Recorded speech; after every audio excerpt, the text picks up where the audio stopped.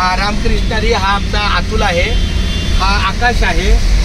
आज आम्ही पुण्याहून आम्ही निघालोय. काहीतरी अडचण आली प्रसंगात, परंतु त्या प्रवासात सुद्धा त्यांनी मोठ्या धीरानं आणि अगदी धीरानं आणि धैर्यानं आपल्या गाडीच्या वाहतुकीला जी काही अडचण आली असेल त्याला सामोरं जाऊन आपला पुढचा प्रवास, थोडा वेळ लागला, 15-20 मिनटं गेले, पण माऊलीच्या कृपेनं आता आम्ही पोचतोय. सातारा खिंडवाडीला आपली वर्षाची सभा आहे वार्षिक. त्या सभेला कदाचित 4:45 वाजले. बघू आता जेव्हा रामकृष्णारी. पण या दोघांना खूप खूप धन्यवाद.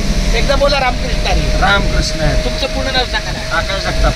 नाही, पूर्ण नावात वडिलांचं नाव आहे. आकाश भरत जगताप. आकाश भरत जगताप. आणि हे अतुल यादव. अतुल बाळकृष्ण यादव. अतुल बाळकृष्ण यादव. आणि मी हरिभक्त परायण चंद्रकांत पांडुरंग कारंडे. आज सकाळपासून माझा प्रवास आहे. सकाळी 7 वाजल्यापासून 7 ते 11पर्यंत मी होतो काय ते हडपसर. तिथून मग जेवण केलं, मावशीला सोडलं, आजीला.